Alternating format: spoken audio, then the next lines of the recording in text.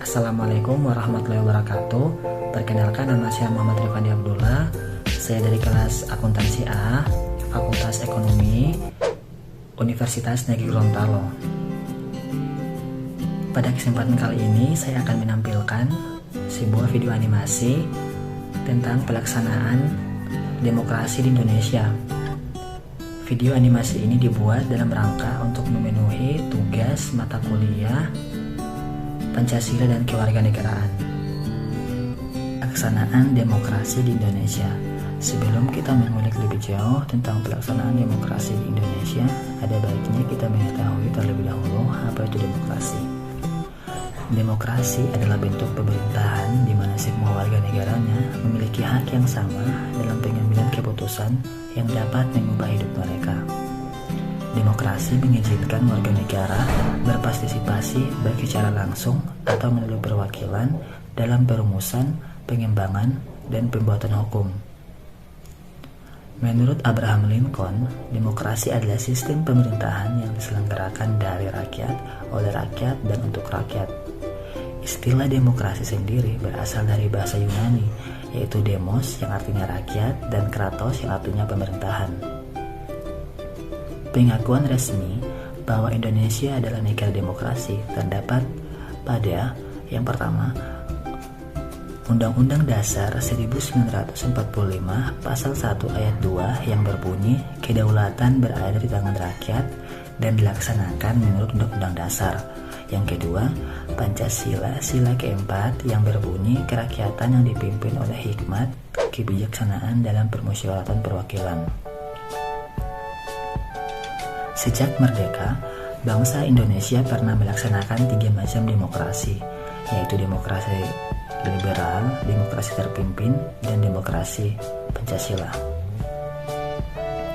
Yang pertama, demokrasi liberal 1950 sampai 1959. Demokrasi liberal atau demokrasi parlementer berlaku pada tahun 1950 sampai dengan 1959. Pada saat itu, konstitusi yang berlaku adalah UUDS 1950. Berdasarkan UUDS 1950, sistem pemerintahan dan demokrasi yang diterapkan di Indonesia yaitu sistem parlementer dan demokrasi liberal. Artinya, kabinet menteri diajukan oleh parlemen atau DPR dan bertanggung jawab kepada parlemen atau DPR. Dalam sistem parlementer ini, kepala pemerintahan adalah Perdana Menteri dan Presiden hanya sebagai kepala negara. Masa demokrasi liberal ini membawa dampak yang cukup besar bagi negara Indonesia, yaitu yang pertama, pembangunan tidak berjalan lancar karena kabinet selalu silih berganti. Yang kedua, tidak ada partai yang dominan, maka seorang kepala negara terpaksa bersikap mengambang di antara kepentingan banyak partai. Yang ketiga, dalam sistem multipartai tidak pernah ada lembaga legislatif, yudikatif, dan eksekutif yang kuat. Yang keempat, munculnya pemberontakan di berbagai daerah seperti Permesta, APRA, RMS, dan lain-lain. Yang kelima, memunculkan ketidakpercayaan publik terhadap pemerintahan saat itu.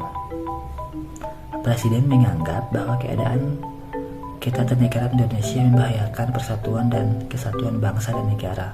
Akhirnya, pada tanggal 5 Juli 1959, mengumumkan dekret presiden mengenai pembubaran konstituante dan berlakunya kembali Undang-Undang Dasar 1945 serta tidak berlakunya UUDS 1950. Yang kedua, demokrasi terpimpin 1959 sampai 1966. Demokrasi terpimpin atau demokrasi terkelola yaitu seluruh keputusan serta pemikiran terpusat pada pemimpin negara saja.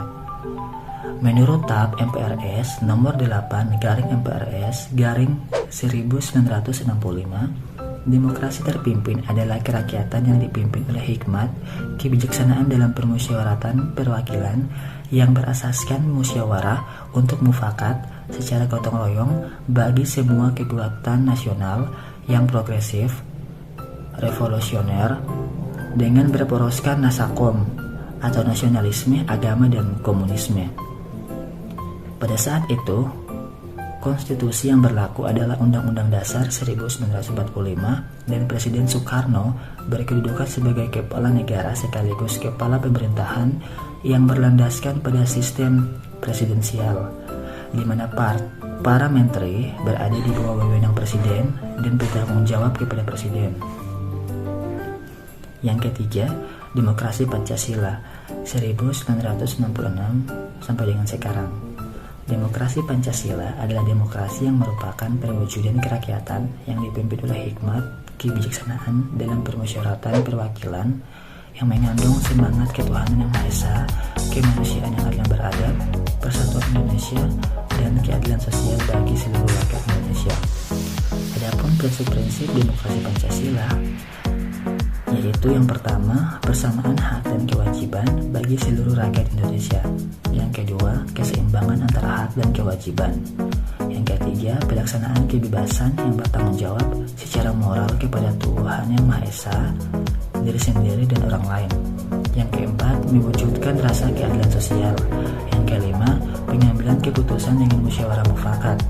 Yang keenam, mengutamakan persatuan nasional dan kekeluargaan. Yang ketujuh, menjunjung tinggi tujuan dan cita-cita nasional. Sebagai bentuk pemerintahan, demokrasi meliputi unsur-unsur sebagai berikut. Yang pertama, partisipasi masyarakat secara aktif dalam kehidupan bermasyarakat, berbangsa, dan bernegara. Yang kedua, pengakuan akan supremasi hukum atau kedaulatan hukum. Yang ketiga, pengakuan akan kesamaan di antara warga negara, kebebasan untuk menyatakan pendapat, berserikat, berkumpul, dan mengeluarkan pendapat. Yang kelima, peradilan yang bebas dan tidak memihak. Yang keenam, kebebasan untuk meyakini kepercayaan, menyatakan pikiran dan sikap sesuai dengan hati nuraninya. Yang ketujuh, hak asasi manusia dijamin. Yang kedelapan, kebebasan pers. Dan yang kesembilan, pemilihan umum yang bebas, jujur, dan adil. Kehidupan demokrasi dalam masyarakat itu sangat penting karena dapat menumbuhkan hal positif, antara lain sebagai berikut. Yang pertama, tumbuhnya semangat warga masyarakat untuk bersilaturahmi. Yang kedua, mempererat tali persaudaraan di antara para anggota masyarakat. Yang ketiga, tumbuhnya semangat untuk beraktivitas dan berkreasi. Yang keempat, warga masyarakat semakin peka terhadap lingkungannya. Yang kelima, tumbuhnya sikap saling menghargai hak-hak masing-masing warga masyarakat. Yang keenam, menekan terjadinya sikap dan perbuatan negatif.